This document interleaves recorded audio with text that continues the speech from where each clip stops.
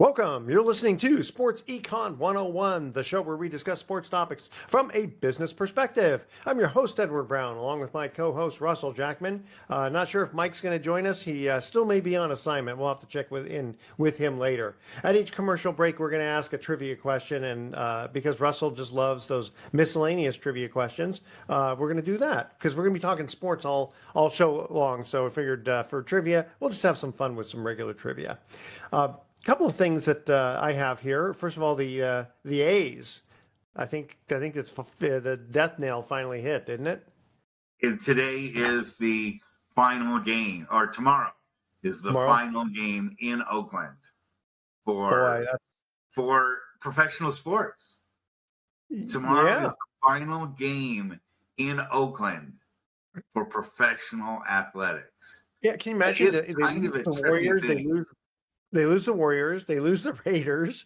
And now the Warriors just moved across the bay, but still, they it's just a trip to think that there will be no sport team in Oakland, California after tomorrow. Yeah. Now, interesting, though, for those who don't know around the bay, or excuse me, around the country, Oakland is really only, about 12 miles away? Yeah, but it's like another country when you really consider the culture and the fan base and all that stuff. And on the one hand, I got to be really honest with you. I'm not that sad that the A's are gone because I never forgave them for 1989. Not only did I not forgive them for 1989, I don't forgive them for 1988 and 1990.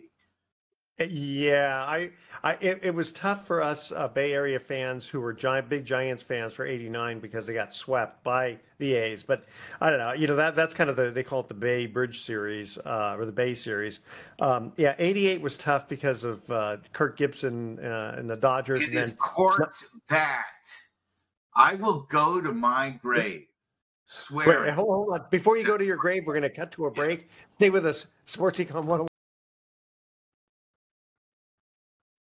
Welcome back to Sports Econ 101. Edward Brown here along with Russell Jackman. He did not die yet. Go ahead. He didn't go to his grave. I'm not a conspiracy theory guy. I'm not. I don't believe in too many conspiracy theories in my lifetime. However, I'm absolutely dead sure that Kirk Gibson used a cork bat to hit that home run off of Eckersley. I just absolutely do. It's funny. I haven't thought about it too much, but now that I think about that swing off of 1 foot, one arm, kind of falling away. It was a desperate grab at. Have you ever seen anyone else hit a home run like that? No, actually, you're right. That is the only time. I mean, even Bucky Dent hitting one in 1975. That was a normal swing. Here's the really interesting part. Is that the bat was immediately taken off the field, and no one has ever seen that bat ever since. I didn't know that. Yes. Wow. I mean, I could think that they would take the bat away just because it's like, oh, this is a famous bat, put it in the Hall of Fame. But it just disappeared. I will go to Kirk Gibson's hospital when he's ready to die. And I will hound him. I will just sit there by his bedside and say, come on, was that bat corked? Was that bat corked? Was that bat corked? Come on. Is it possible that maybe someone gave him a cork bat and he didn't know it?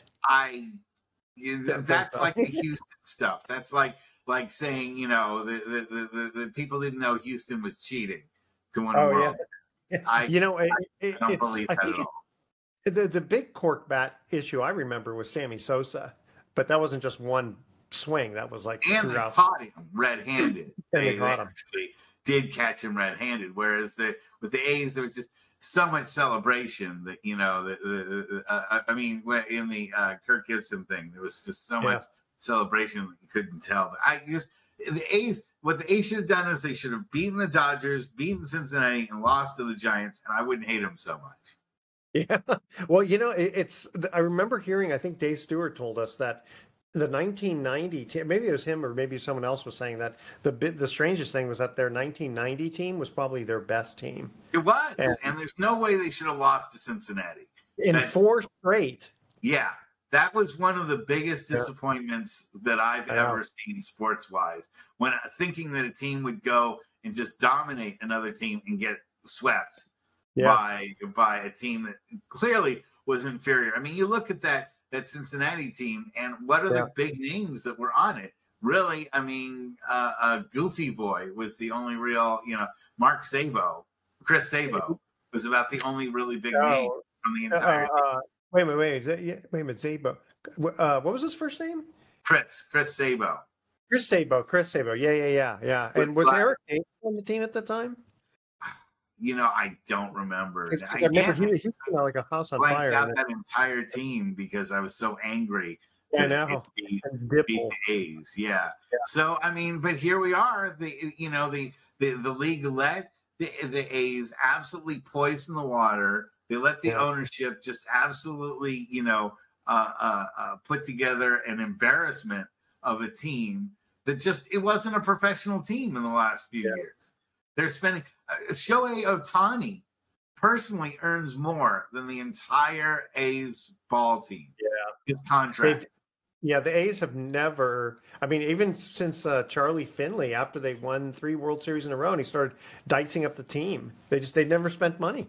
No. And that, and it's not that you have to spend money to be successful because, a team like Baltimore, is certainly run on the cheap, but they found a way to be successful. But the problem with the A's was they would generate good players and then immediately ditch them. Immediately, toss them away. And it's a weird thing. So I have a lot of friends in Sacramento.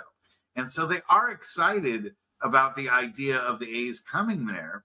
And they're even excited about the concept that maybe they could put together a good enough package. Plus, the Vegas thing is so mercurial right now. Who knows when a ballpark's going to be built in Las Vegas, or if a ballpark is going to be built. Yeah, because they're not going to use, what is it, Allegiant Stadium? They're not going to use the one for the A's. No, they're going to they've torn down the Tropicana. And they're going to supposedly build a ballpark site there. But now there's a lot of talk about, people saying, well, they don't want another ballpark that close to the Strip, because they already have the Raiders stadium. And all that. Yeah. And so now Sacramento, though, remind me what's going on specifically there. They're not going to get to the minor league stadium that was for the River Cats. Okay, but how are they going to deal in the summer when it gets really hot? Night games. Night games on it? Yeah. Okay. I mean, look, they play games in Sun Devil Stadium, right? You know? So like there are probably going to be times where they do have to play in the daytime. But if you play in Sacramento in a day game during April, May, and June. Oh yeah, it'll be fine then. Yeah, it's not going to be a problem. So they probably front load a lot of their day games for the early part of the summer, and then do night games which is actually kind of good for the fan base because most people go to work. Yes. So they'll want to go to the game afterward. Yeah. But it's a difficult spot that my friends are in because on the one hand, none of them are A's fans. So on the one hand, they want to show the world that Sacramento could support a major league ballpark. They've always wanted this, a major league baseball team. But on the other hand, supporting A's ownership is like, giving money to Vladimir Putin. It's really like, as far as sports goes, those guys, the ownership group of the A's is one of the most evil and heartless and undeserving of success that I think not since Snyder left town. I was just thinking of him. Yeah. Yeah. He was like and Sterling for, who's the other one? For the Clippers. For the Lakers. Clippers. Yeah. And next on the list is A's ownership. So, as far as just being a bunch of jerks, that is not worth supporting. So it'll be interesting when you have. Weren't they thinking about doing some equity share type? Having Wall Street effectively get into sports. And it's just, it's really A's ownership just dragging their feet on the ground and saying, won't somebody else pay for this? We want the profit. We want to get the profit from it, but won't somebody else, shell out money for this? Well, it's funny. It's like the opposite of the Yankees. The Yankees always used to buy their championships going back to baseball. Or the Dodgers. Yeah. Speaking of which, we're going to go to a break in about 30 seconds here, but Ohtani, holy smokes, how many home runs and stolen bases he got now? I'm so bitter that he's not a Giant. I'm so bitter. What is he, like a 54 guy or something? He's a legend. He's a legend, a living legend. Yeah. Someone will never see have these kind of skills or abilities in our lifetime. I don't think. And personally, I love the fact that it's a different culture, but it's in the United States baseball. I don't love any of it because he's a Dodger. I don't love any of it. Well, I know. Yeah, I get that. Next year he's going to pitch. Next year he's going to pitch on top of all. It just makes me sick. Makes me sick. Well, I'm sorry for making you sick on that. Okay, so we're going to get to our first commercial trivia question here. This is everything is all general trivia here. They call that potpourri in Jeopardy. Potpourri. Okay, potpourri. Yes. What is the most commonly stolen food? What is the most common? And I don't know if it's worldwide or from a grocery store or restaurant. Well, not from a restaurant, but this is just a generic question. What is the most commonly stolen food? All right, that's our trivia question. Stay with us. You're listening to Sports Econ 101. Don't touch that dial. We are going to be right back.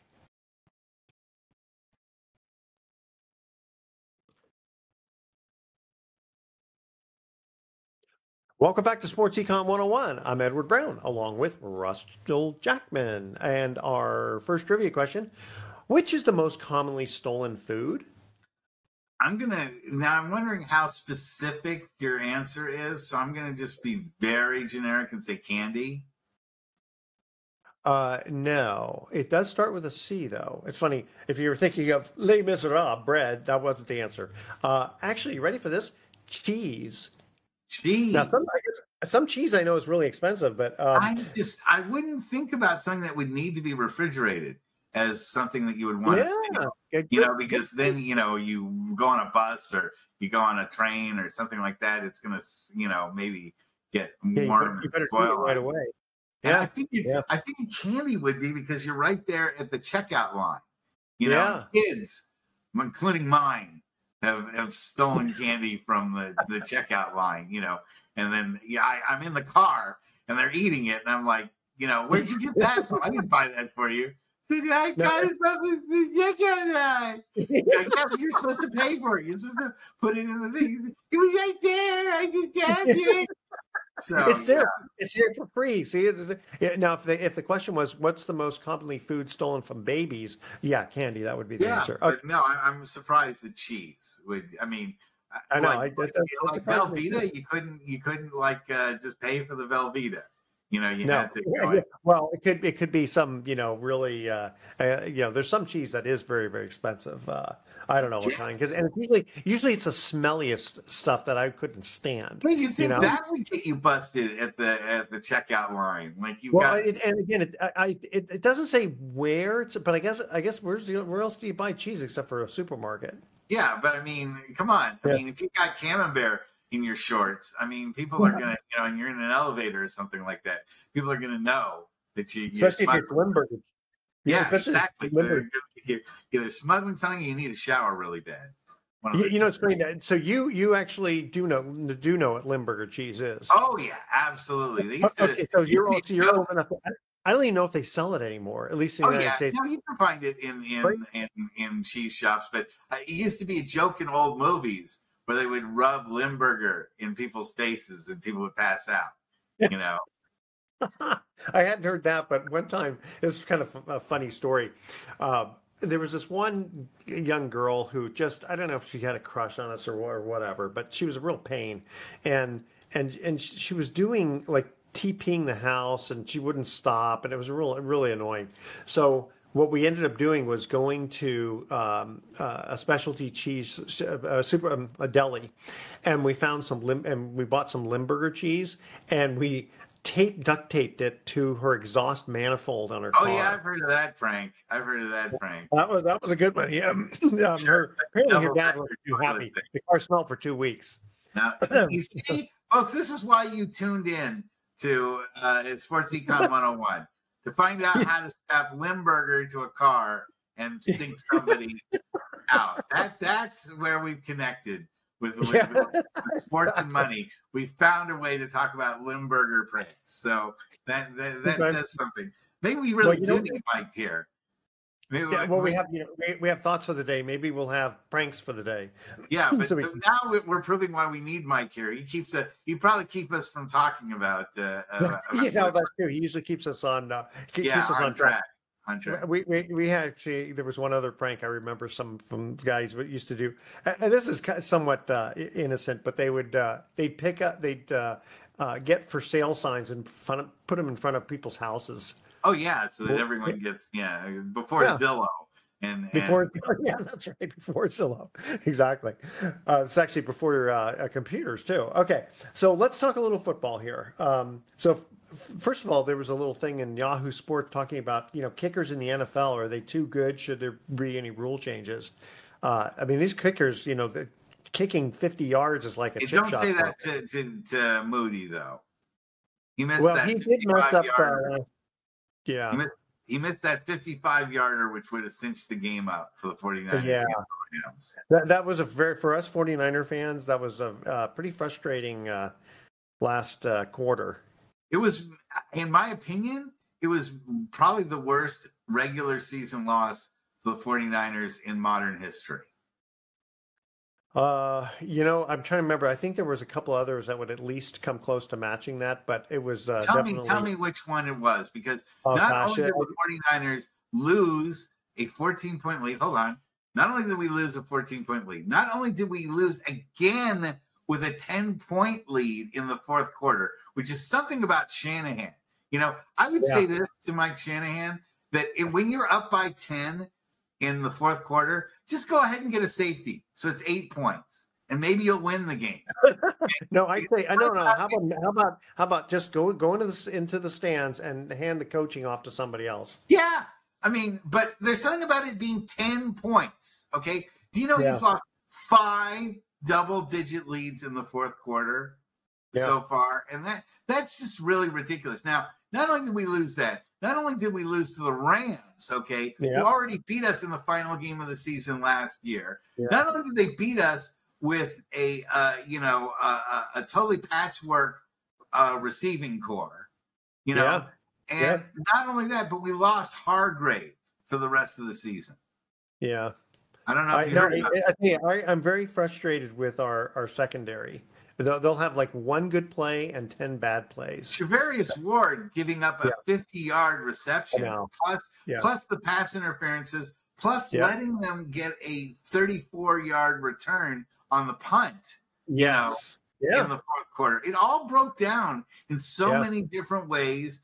But to lose Hargrave yesterday for the rest of the season is devastating to the 49ers, who already look like a mash unit.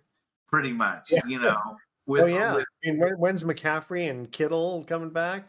Well, I heard the recent news is that McCaffrey is going to Germany to get stem cell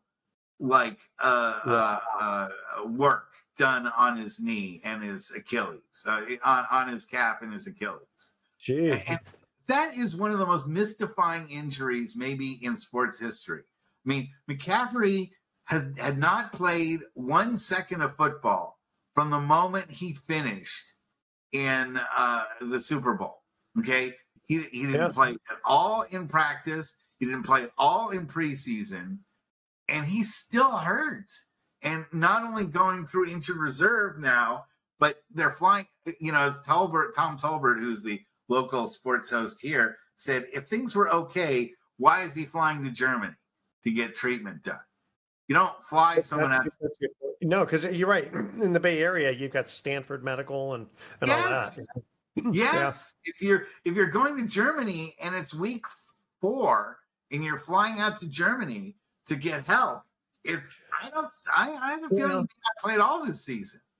Yeah, it's. I mean, it could be just a very special, a certain specialist in Germany for a specific type. It may be like you said, it's an esoteric type of injury. Rather, But have you it could ever be heard something of a person missing a season of football when they didn't have an in-game injury at all?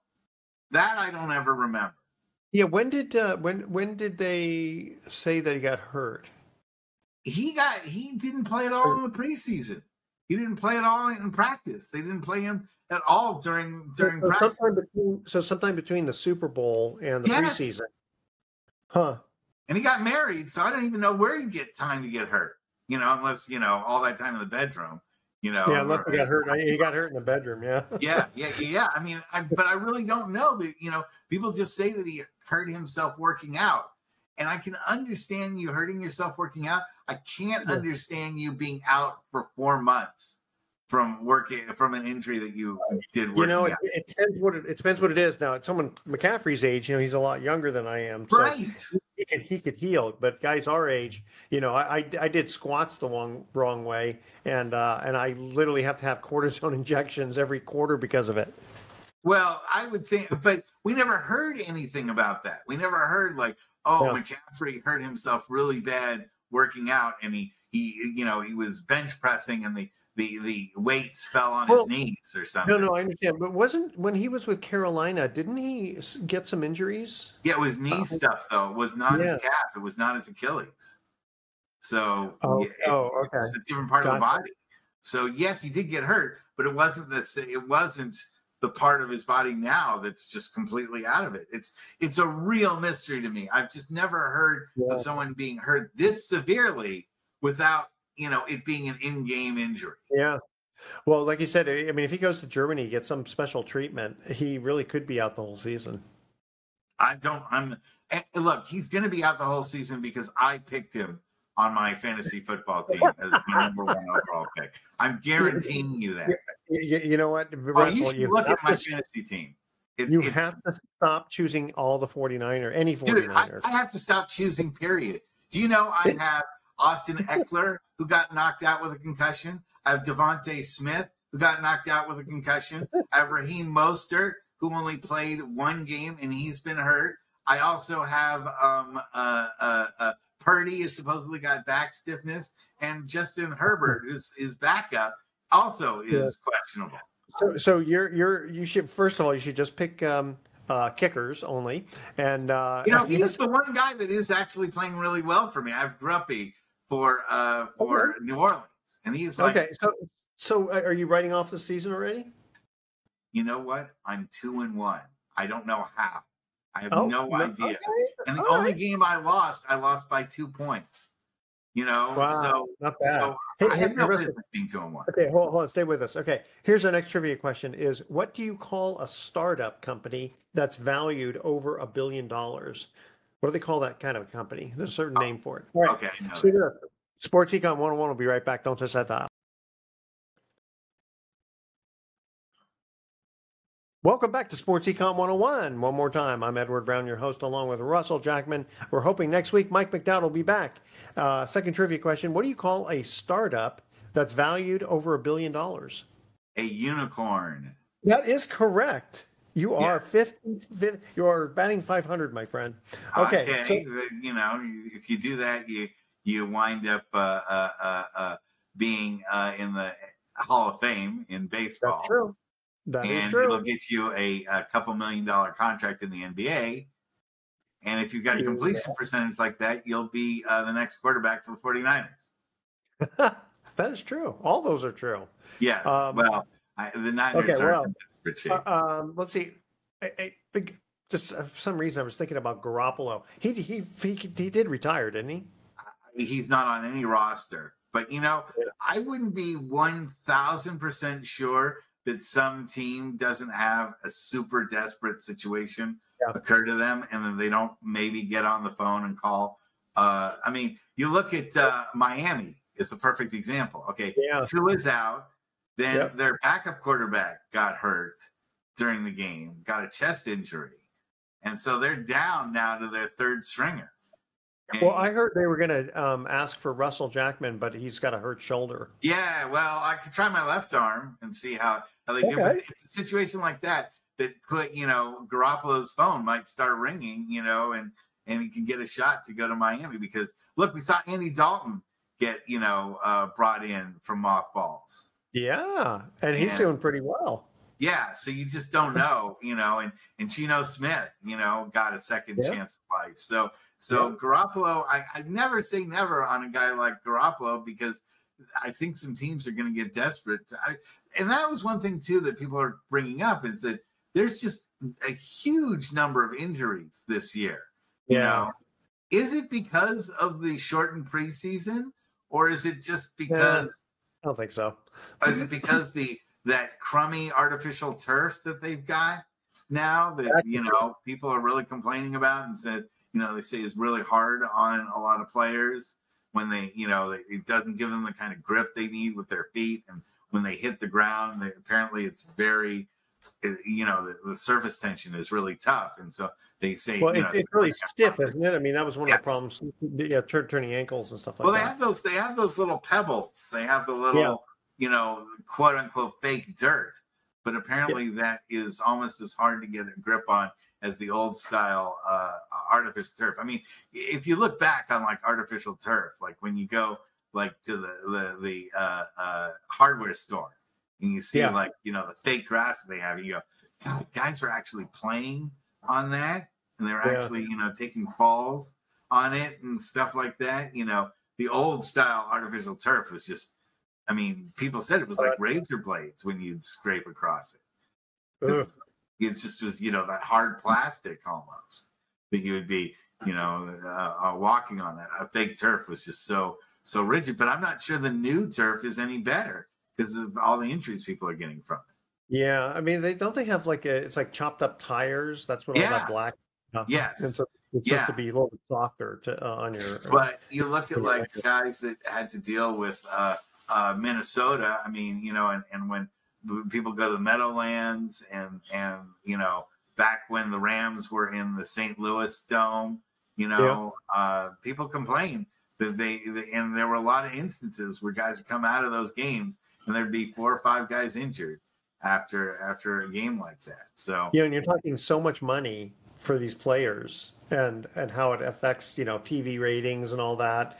I mean, it's just you just can't get these guys hurt. I don't know what else. They like someone like Tua, if he's going to come back, he should wear one of those special helmets. Looks a little funny, but I talked about that, last week, but I'm not even sure Tua is going to come back. I'm not sure he is. With all it's just, I don't know, life is too short. I know, he's a young guy who wants to play and all that, but when you get hit that many times, for concussions, it's just too important. But look at these teams. Okay, who are the 3-0 teams? You got the Vikings, the Steelers, and the Bills, right? Oh, you left out the Seattle Seahawks. And the Seahawks. Yeah. And that's, as a Niner fan, I'm very frightened. This weekend up against New England is a trap game in the sense that if the 49ers lose it and they're 1-4 or 1-3, and if Seattle wins and they're 4-0, winning the division is going to be very difficult for the 49ers. Yeah. So we need Seattle to lose and we need the 49ers to start winning because they haven't played Seattle yet, so they'll get twice. So those are going to be critical. But now with the loss to the Rams, I mean, the Rams were going to be 0-3 if the Niners had beaten them, and the Niners would have been 2-1, and that would have, made the division much more close as far as that goes. Now it could be Seattle's division. But could this be the Vikings' year? They've lost 4 Super Bowls. Actually, so are the Bills. Hey, wouldn't that be funny to see the Bills and the Vikings in the Super Bowl? Sorry. What's that? Oh, there's something on the net that kicked in a second ago. Oh, sorry about that. I was gonna say, the Bills lost 4. They lost 4 straight Super Bowls, and then the Vikings lost 4 Super Bowls. It'd be interesting if they meet in the Super Bowl. The Niners now have lost 3. So I can't laugh so much at Bills fans and Minnesota fans. Yes, we have 5 wins to 0 for both of those franchises. But okay, so the 49ers lost to Kansas City twice. And then who else I'm trying to remember who they lost to. Who? Yeah, the 49ers. They lost twice to Kansas City and then once to Baltimore. Oh, that's right. Oh my God, that's right. That was the frustrating one. That's why I forgot about it. Frustrating. Yeah, that was the most frustrating. You know, and it's funny because if you think about it, if Harbaugh would have used Kaepernick's legs, he might have still been in the NFL. Or what about Frank Gore? About who? Frank Gore. Frank Gore. Yeah. I know 3 straight. I get the idea of, hey, whatever the opposing team thinks you should do or they're going to do, you should do something different. But that was just sometimes you got to trust. You know, there's a reason why everyone tries running in. You don't just do 4 plays to the wide receiver. No, but you don't just go up the middle all the time. I mean, it's funny. The same thing like Pete Carroll, not running Marshawn Lynch and having Butler intercept. I mean, that's going to go down as one of the. That's just like with the Baltimore 49ers. Yeah, no, it's true, and Seattle. But who knows? Maybe Seattle gets another chance this year to go back to the Super Bowl. They keep winning. Yep. I didn't expect that to happen. I didn't think they'd be that good this year. I thought Geno Smith was going to come back down to earth, but right now they're in charge in the NFC West. I don't think there are a lot of people that had Seattle. A lot of people thought the Rams or the Niners were going to win the NFC West, and here Seattle is, on the king of the top of the mountain. So you just don't really know. But it does show that just America's consciousness is all about the NFL. I mean, Major League Baseball is headed into the playoffs. Nobody cares. College football, nobody cares. I mean, you care if your school is doing well, but really nobody's going to get excited until the playoffs start, I don't think. So right now this is football's time to shine. Absolutely. I like it.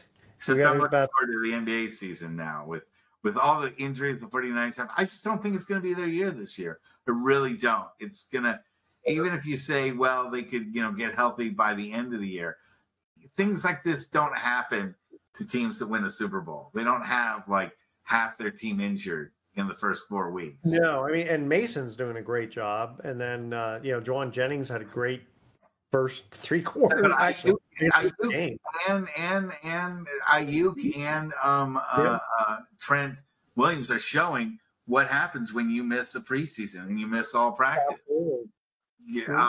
Trent is had to have IVs put in every game because he's so worn out and he's so exhausted and dehydrated because he didn't. I know it's that's what frustrates me too about these guys, the holdouts. It's almost like you should say, hey, listen, we'll pay you, a certain base salary, and every time you do something good, we'll give you these big bonuses. I mean, I like the incentive type of thing because once these guys have the players don't sign those. Players don't sign those. They shouldn't play with it. Then they don't get signed. Then they don't get to play at all. It's very frustrating to me as just someone in the business world, watching people who they have a contract, then they go, I think I want to change the rules. And just hold it over on them like that. And it's like, hey, listen, what's wrong? I mean, I understand if people get hurt and you got to protect your career. I do get that. But just the idea, like, someone like Ayuk gets such a huge contract, it's like, I think it mentally does something to somebody when it's sort of like, listen, you know what? Whether I get hurt, I play, I don't play, I do well, whatever. I'm going to protect my head from CTE, et cetera, because now I've got all this money and I want to play, but I'm going to play a little differently.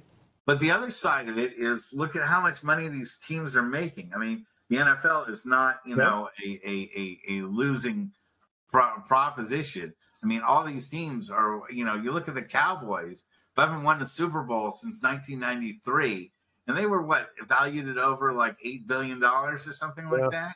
It's so there's money to be made, and these players are the ones that are making the money for these owners. teams. Well, you're right. If they have if the players like are no name players doing lousy, then the team's not going to be worth as much. I get that.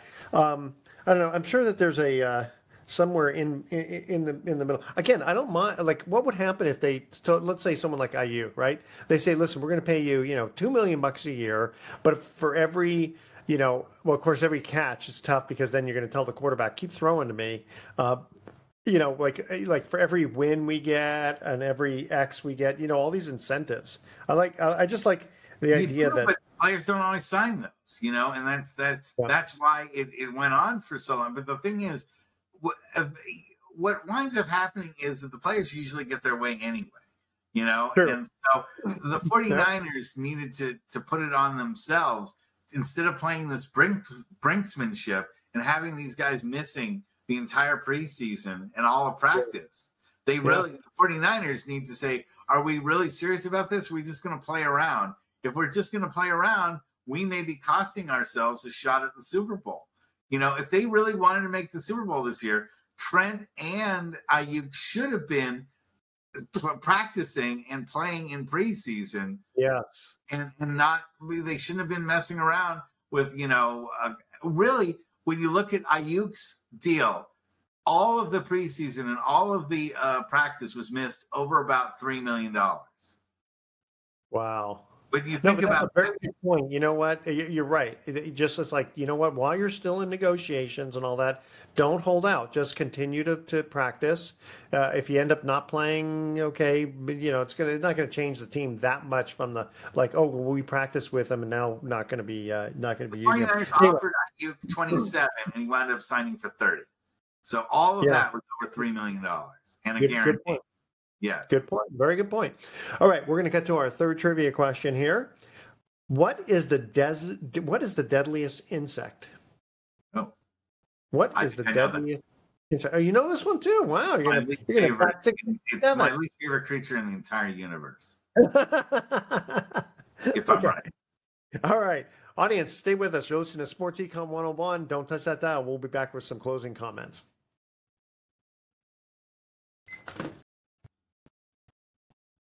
Welcome back to Sports Econ 101. I'm Edward Brown, along with Russell Jackman. This is the last time you're going to hear from us today. All right, third trivia question. What is the deadliest insect? I'm going to say it's a mosquito. It is. That's right. I guess malaria and all that kind of fun stuff. Yeah, malaria and Nile virus and all that other stuff. They're just all that other stuff. Yeah, okay, you ready? Is that just a quick mini thing, which is that I am the one. I was always the one out of my entire family that would get bit by mosquitoes. We would go camping. You know what? Because we love sugar. I love sugar, and that's what they're attracted to. Yeah, that's what. And now I pass that on to my daughter. Now she's the one that gets bit all the time. So I said, welcome to the Jackman legacy. I like that. Okay. Okay. So I'm going to leave out my long story here for my story. You ready for? We got a stupid joke of the week. You ready? Just this week?